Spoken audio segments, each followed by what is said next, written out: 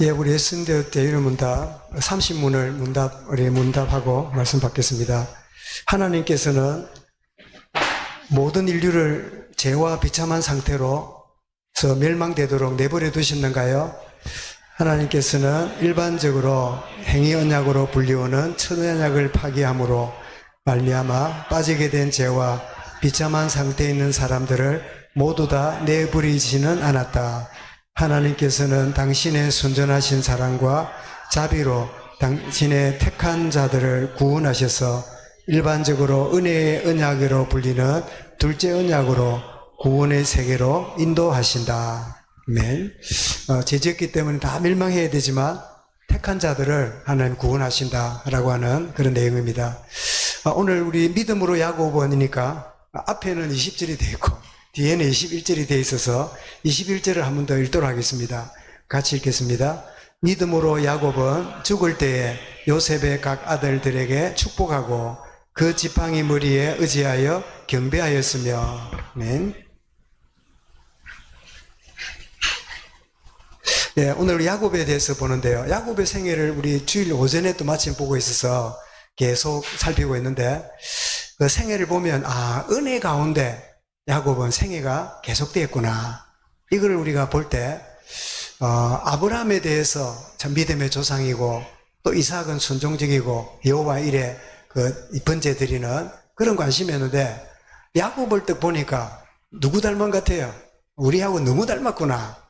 참 은혜 아니면 안 되는 그걸 우리가 보게 되는데 그런데 놀랍게도 오늘 20절에도 이삭이 그 축복하는 생애를 살았듯이 야곱도 뭘 했습니까?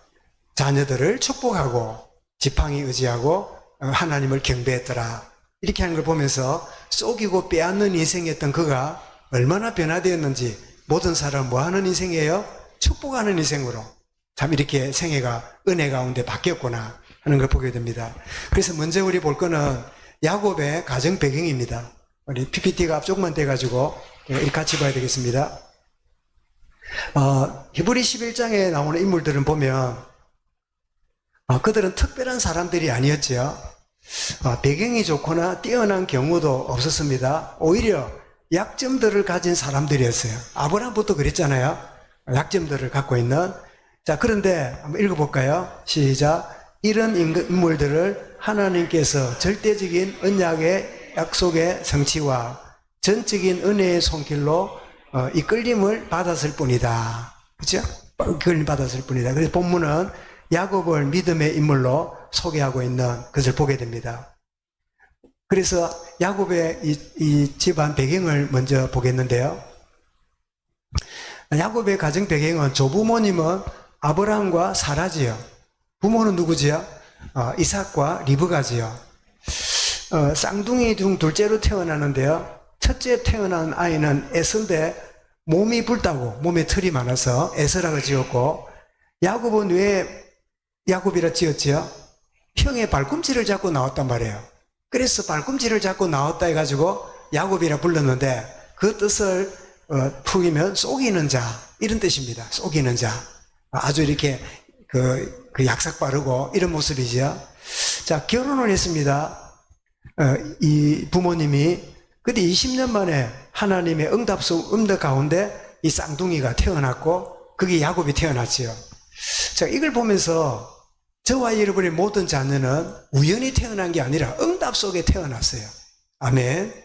네 같은 거 왜 태어났냐 뭐 어쩌고 저쩌고 그거는 부모의 잘못된 생각이고 모든 것은 하나님의 응답 속에 태어난 거예요. 하나님의 응답 속에 태어남을 보게 되는데 야곱의 가정 배경을 보고 더 나가서 야곱의 성장을 보게 되면요. 한마디로 갈등 속에 성장합니다. 첫째 에서는 용맹한 사냥꾼이었기 때문에 아버지 이삭의 사랑과 인정을 받고 자랐지요. 참 우리 장남은 멋지고 아주 내 마음에 들어. 그런데 둘째 야곱은 내성적이다 보니까 아버지 이삭의 관심 밖에서 자라게 되고 어머니가 그를 돌보는 그런 형태의 모습이지요. 여러분 성장 이렇게 자랄 때 홍조사님 같은 경우는 맨날 몇 년으로 자랐습니까? 이남 이녀지요. 그러면 틀림없이 잘은 몰라도 부모님이 다 사랑을 해도 조금 누구한테 눈이 더 가고 덜 가는 그런 이제 형제나 그런 이제 그 경우가 있을 거예요. 그러면 부모님의 사랑과 관심이 더 가는 자녀는 모르는데 조금 소홀히 하거나 그렇게 자랄 때 오는 그 이 마음에 섭함이 자녀들 속에 있을 수 있잖아요. 그럴 수 있는데 야곱이 그런 가운데 이제 있었는데, 그런데 야곱이 어릴 때부터 어머니에게 들었던 이야기가 있습니다. 그게 뭐죠? 야곱아, 네가 둘째로 태어났지만 네가 하나님의 장자의 복을 주신단다. 이런 이야기를 계속 듣고 자라니까 그게 뭐죠? 그 학인 뿔이 체질이 됐어요. 항상 기회를 노립니다. 무슨 기회를 노리죠? 장자권을 내가 가져야 되겠다. 그래서 형을 속이고 아버지를 속여서 장자의 축복을 복을 받게 됩니다. 사실은 형을 속인지는 않았어요. 정당하게 거래한 거죠. 형이 장자의 명분을 경홀히 여기는 그 때문이었죠. 그래서 일반적으로 제가 이리 보다가 일반적으로 형제가 첫째냐 둘째냐 셋째냐 막내냐 따라서 주어지는 일반적인 성향이 있어요. 여러분이나 자녀들 한번 보고 기주해 보면서 보겠는데요. 자, 성향을 보면 첫째는 첫째로 태어난 장남이나 장녀는 어떤 성향이 있느냐.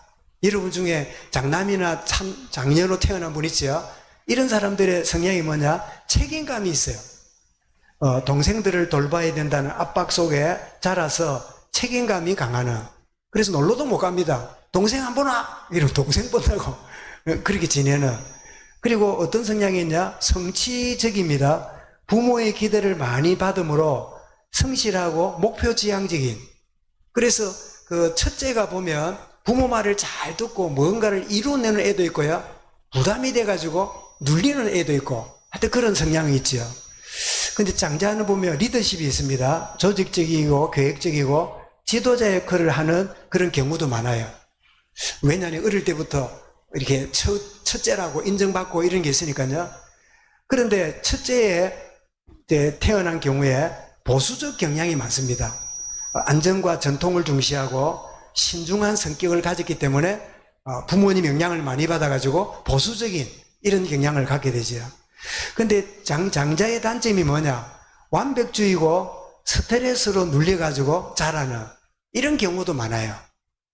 네가 장남이니까, 네가 맞이니까, 막 집안에서는 이런 데서 막 장남이라고 장녀라고 막 첫째라고 막 이렇게 하기 때문에 좋은 영향도 있지만 그렇지 않는 이 눌리거나 완벽주의에 빠지는 이런 성향도 있다 하는 것이고, 두 번째로 차자입니다. 둘째는 이제 중간 자녀인데요. 이 차자의 특징이 뭐냐니까 중재자 역할을 잘해요. 왜? 위에도 있고 밑에도 있으니까 그 사이에 중재를 하는 거죠. 형과 동생 사이에서 균형을 잡으려고 협상하고 타협하는 능력이 발달합니다. 이런 사람들은 예를 들면 미국 지금 뭐 우리 그 비자 없이 일하다가 지금 막 몇 명이 막 고발당하고 있잖아요. 그러면 정부에서 이런 성향을 중재를 잘하는 사람을 보내면 성공할 확률이 많아요. 장자나 이런 사람 보내면 안 돼요. 막 그냥 돌직구 던져갖고는 안 되니까 이 중재할 수 있는.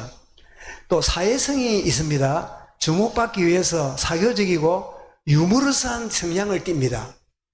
이 어려운 분위기를 바꾸려고 유머를 잘 쓰는 이런 경향이 있고요. 또 자율성이 있습니다. 첫째처럼 압박을 받지 않고 막내처럼 지나친 관심도 덜 받아서 독립심이 좀 큰 이런 성향을 갖고 자랍니다. 그리고 유연함도 있습니다. 상황에 잘 적응하고 형제 관계에서도 융통성을 잘 발휘하는. 그래서 막 형하고 막내하고 이래 있으면 중간에서 야 우리가 라면 끓여 먹자 이래가지고 분위기를 바꾸는 이런 역할을 한다는 거죠. 근데 단점이 있는데 상대적으로 주목을 덜 받아서 자존감이 부족하거나 경쟁심이 굉장히 심한 이렇게 자랄 수 있는 단점도 있다 하는 것입니다. 세 번째입니다. 막내입니다. 셋째 이후에 막내로 자라는 성향이 뭐냐? 첫 번째로 자유분방해요. 부모와 형들의 보호를 받고 자라서 창의적이고 자유로운 성향을 갖습니다. 애교와 사교성을 갖습니다. 관심을 끌기 위해서 유머도 잘 쓰고 친화력이 좋은 그래서 보면 이제 남자아이인데도 율동도 잘하고, 막 집안이 모이면 엄마 아빠의 짝짝꿍 이런 것도 잘하고, 이렇게 막내가 이제 이렇게 성향이 자라져요. 도전 정신도 있습니다. 위로 형제들이 있어서 비교적 두려움이 없고 모험을 즐기는 이런 성향이 있고요. 긍정적인 성향이 있어가지고 밝고 낙천적인 경우가 많은. 근데 단점이 뭐냐? 이 막내의 단점이 뭐냐니까 의존적이 될 수 있고 책임감이 약한, 늘 그냥 의존하고 사는, 뭐든지 보면 못해, 해줘, 이런 식으로 나가는 그런 단점이 있다. 한 가지 더 유형이 있겠지요. 무슨 유형일까요? 외동입니다. 외동. 아들이 하나든지 딸이 하나든지 외동의 특징인데 형제가 없는. 그래서 외동으로 자란 경우에 특징이 뭐냐니까 성숙함이 있어요. 어른들과 지내는 시간이 많다 보니까 성숙하고 언어나 사고 발달이 굉장히 빠른 어른 수준으로 자란다는 거예요. 형제 사이에 자라는 게 아니고 어른들이 나를 챙겨야 되니까. 그 다음에 두 번째로는 자기중심적인 성향이 큽니다. 관심을 독차지하므로 자기 주장이 강하고 외골수가 될 수 있는, 그렇게 자랄 사회성이 이제 부족한 가운데 있고요. 완벽주의, 부모의 기대가 집중이 되어 성취욕과 완벽주의 성향을 가질 수 있는, 하나니까 잘 키우려고 거 아니에요. 더 하다 보면 이런 경향을 갖게 되고. 그 다음에 독립성도 있습니다. 왜? 혼자니까. 혼자 지내는데 익숙해서 자기 관리가 뛰어난 경우가 많은, 아주 철저하게 자기 관리를 하고. 그 단점이 뭐냐? 사회성이 떨어지고 자기중심적인 성향과 고집이 굉장히 강한, 이렇게 자랄 수 있는 게 이런 외동의 이런 특징이다, 이렇게 볼 수 있죠. 그런데 제가 왜 이걸 소개하냐니까, 야곱 같은 데는 어떻게 자랐습니까? 형 밑에 자란, 둘째로 자랐잖아요. 둘째로. 그 다음에 동생은 없고, 결국 막내로 자란 거지요. 그런데 막내로 자라면 사랑받고 인정받고 자라야 되잖아요. 그런데 아버지로부터 뭐라고요? 홀대받았잖아요. 비정상적으로 자라니까 이 자기중심이 강해지는 그런 경우지요. 여러분도 다 이제 장남이거나 장녀 혹은 중간이거나 막내 이렇게 자랐을 텐데, 제가 이렇게 소개하는 거는, 저는 그 6 아들 중에 넷째로 자랐다 납니까? 형이 3명이고 동생이 2명. 그래서 이 성향을 보니까 많이 닮았다 하는 거를 제가 많이 느껴요. 제가 소개하는 이유는요, 내가 몇째로 자랐든지 우리 자녀나 후대가 몇째로 있든지 간에요, 어떤 가운데 있더라도 주의 은혜가 임하면 그 모든 약점을 뛰어넘습니다.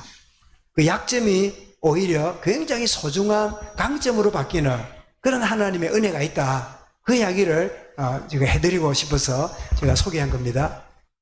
어쨌든 야곱이 이 동생으로 자라면서 그렇게 속이고 하는 가운데 지내게 되죠. 세 번째입니다. 그리고 결국은 이 장자권은 얻었지만 형의 원한을 사가지고 하란이 어디입니까? 자기 어머니 고향, 외갓집이지요. 외삼촌이 있는, 라반이 있는 하란으로 도주를 하죠. 그게 생활하는데, 도망가다가 28장에 보니까 하나님의 임재를 체험하고 언약의 약속을 받게 됩니다. 야곱은 하나님이 계신지, 하나님 은혜 받아야지 한 번도 그렇게 간구한 적이 없어요.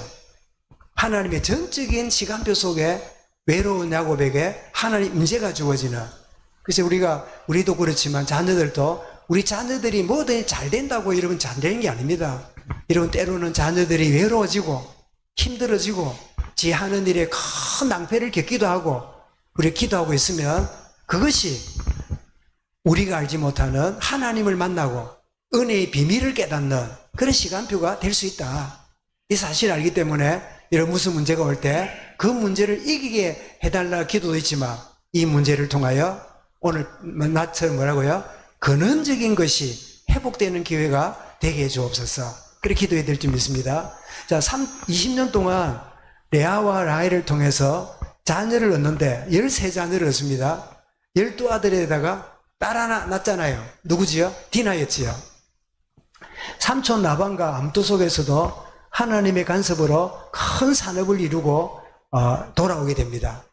얼마나 하나님의 강건적했느냐 하니까, 유전학적으로 안 맞는 얼룩얼룩한 거 둔다고 그런 새끼가 날 거라고 믿고 그 나무 껍질을 벗겨가지고 그러고 있는 야곱을 보면 과학적으로, 의학적으로, 유전학적으로 안 맞아요. 그런데도 하나님이 강권적으로 그 야곱에게 그런 틀린 짓을 하고 있는데도 하나님이 튼튼한 양들을 주셨잖아요. 그래서 나중에 라반의 그 자기 사촌들이 이게 사기친 거다 이래가지고 막 분노가 일어나는 꼴을 보고 했잖아요.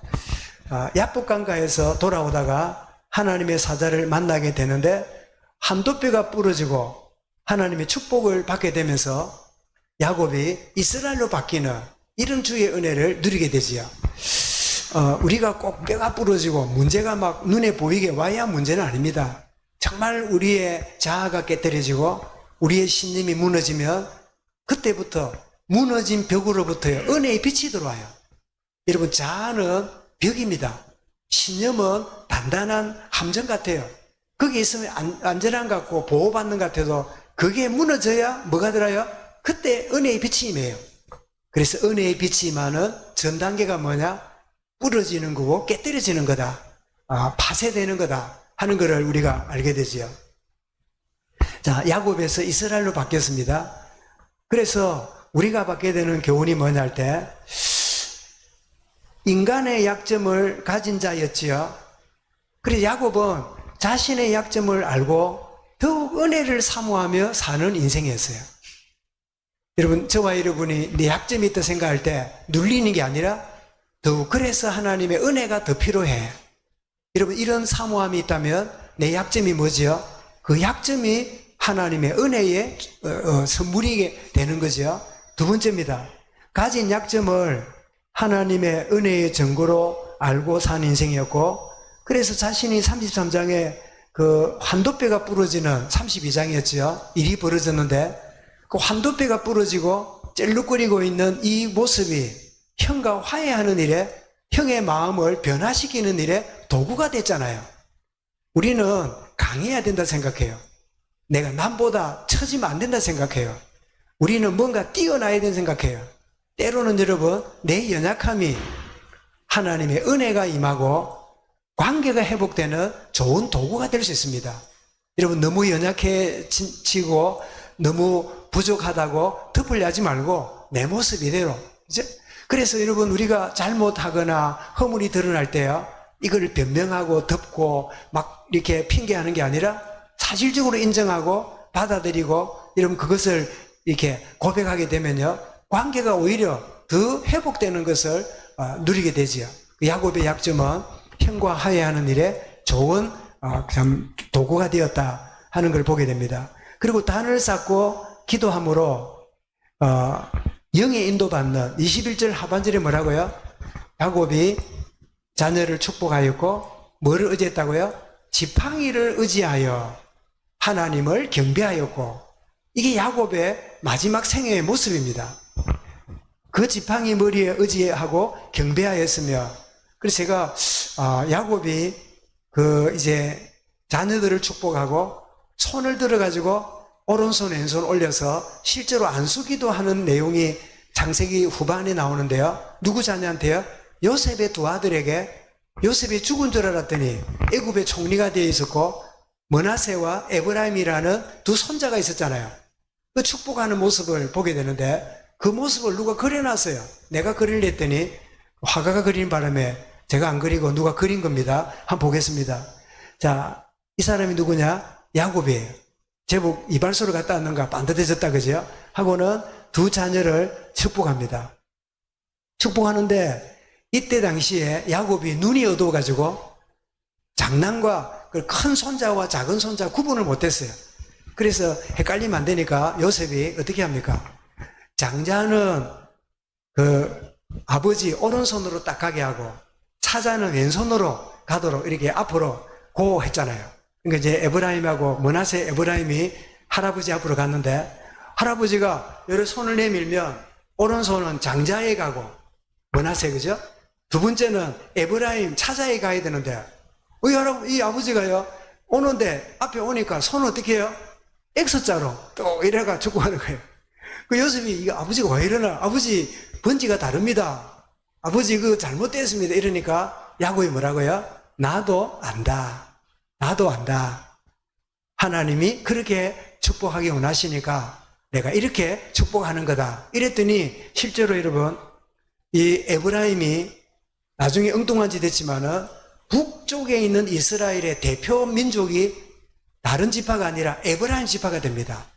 북이스라엘의 그 최고 지파가 되지요. 그 므낫세는 특별한 나타나지 않는데요. 어쨌든 저렇게 눈도 어두워졌지만 이 축복하는 모습을 보여주는, 그래서 뭘 의지합니까? 왜 야곱이 지팡이 의지했을까요? 그럴 수밖에는 환도뼈가 부러졌으니까 지팡이 없으면 못 걷겠지요. 그죠? 그래서 지팡이를 의지하고 살았지만 그의 영은 축복하는 생애로 살았다. 그래서 20장의 이삭도 축복하여 살았으며 믿음으로 야곱도 축복하였고 하나님을 경배하였다. 그래서 우리 지난주에 야곱은, 이삭은 뭐뭐하며 살았다 하고 쭉 얘기했잖아요. 그래서 제가 두고두고 한 주간 기억나는 거는 우리 의미를 알는지 몰라도 온유는 뭐랍니까? 믿음으로 온유는 잘 살았더라. 맞아, 잘 사는 거지.